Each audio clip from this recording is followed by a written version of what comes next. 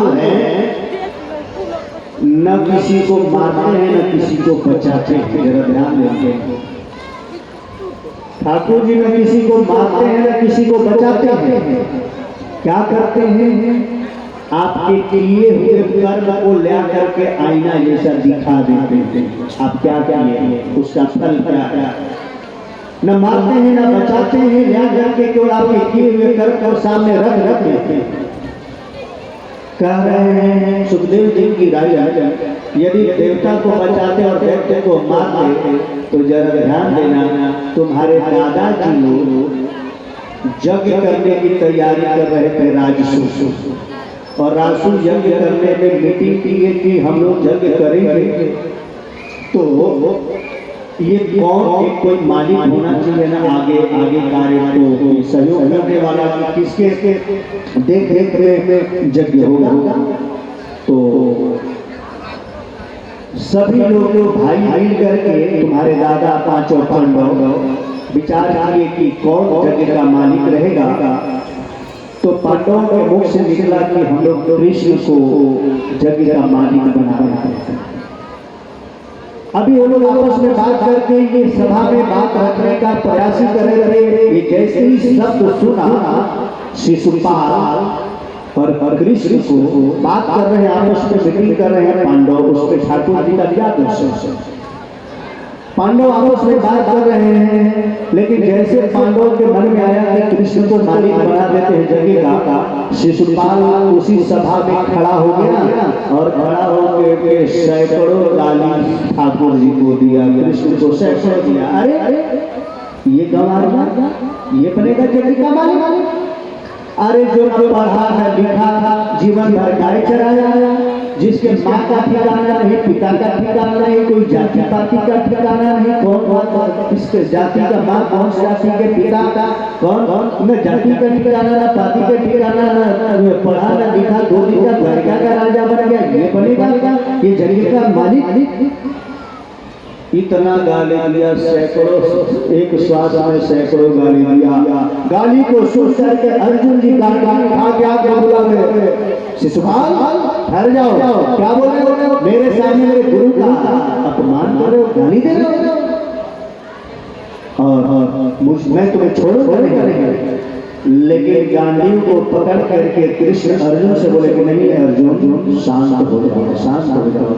ऐसा कोई होगा कि जिसको सभा में बेइज्जत किया जाए, गाली दिया जाए, अपमानित किया जाए और उसको बचाने के लिए कोई तैयार हो, तो ऐसा कोई होगा कि गाली सुनने वाला रहेगा कि नहीं मुझे गाली नहीं दो, तुम उसे रोक मत मारो।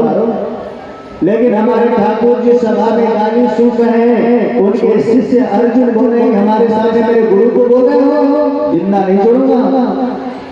लेकिन ठाकुर नहीं मारना है और अर्जुन को शांत करा दिए। बोले इसका पुण्य शेष है, इसका यदि पुण्य के बाद पाप का घड़ा भर जाएगा, स्वतः उत्तर मिल जाएगा। आज 100 गाली के लिए माफ है और 100 से जैसे पार किया 101 गाली पे पहुंचा शिशुपाल, नारायण के सुदर्शन चक्र निकला और शिशुपाल के 2 भागों में काट करके और शिशुपाल की जो है मृत्यु हो गई। शिशुपाल के शरीर से कटने के बाद एक ज्योति निकली और वो ज्योति कृष्ण के चरणों में जाकर के विलीन हो गई। किसी श्रोता का प्रश्न, जो ये बड़ा सा प्रश्न आया है, कई ठोक सोची रहा कि जब भगवान मार देते हैं पापियों को भी तो कैसे वैकुंठ पहुंच जाता है। अरे ये बताओ कि यदि कचरा को जला करके परफ्यूम छिड़क दोगे तो वहां पे दुर्गंध रहेगा कि सुगंध निकलेगा, खुद ही बताओ। तो पूरी दुनिया के अवगुण को समाप्त करके और दुर्गुण को समाप्त करके और स्पर्श करने वाले जिसके हाथों मरोगे और जो भगवान जिसको छू देते हैं उसी को छूते हैं, जिसका पुण्य रहता है पहले का और गलती से भी पाप किया तो बहाना बना के ठाकुर जाते हैं, तो उसके 1000 गलती को माफ करके और प्रभु जो है उसके अवगुण को नहीं देखते, देखते कि एक ही इसके अंदर गुण हो तो मेरे पास आने वाला है, लेकिन उसके दोनों का जो पुण्य का पाप का पलड़ा जो देख रहे हैं और जो भारी रहता है उसी को जैसा फल होता है वैसा दे देते हैं। शिशुपाल ठीक है, ठाकुर जी को गाली दिया, तो मैं भी कह रहा हूँ कि आपको भी लड़ना है तो दुनिया वाले से मत लड़ो ना, इनको गाली दो, गालियों लोगे तो कृष्ण कृष्ण बोल के दोगे ना। तो यहाँ पे इन्हीं का कहा हुआ है कि भाव कुभाव आलसो नाम कपक मंगल दिशो, गाली भी दोगे तो नामे लेकर के दोगे ना। तो जब घी के लड्डू को चाहे जैसे भी तोड़ के मड़ोड़ के पीस के घोल घोल जैसे भी पियोगे तो घी का ही फायदा करेगा। भगवान सबके बैलेंस को देखते हैं। एक छोटी छोटी कथा इसके अंदर की याद आने में स्मरण कराते याद इसी भागवत के अंदर एक राजा रहे जिनका नाम रहा निरीग राजा। वो क्या करते थे, प्रतिदिन 1 लाख गाय दान करते थे। गौदान का बहुत महत्व है और 1 लाख गौदान करते थे। जरा ध्यान से सुनना।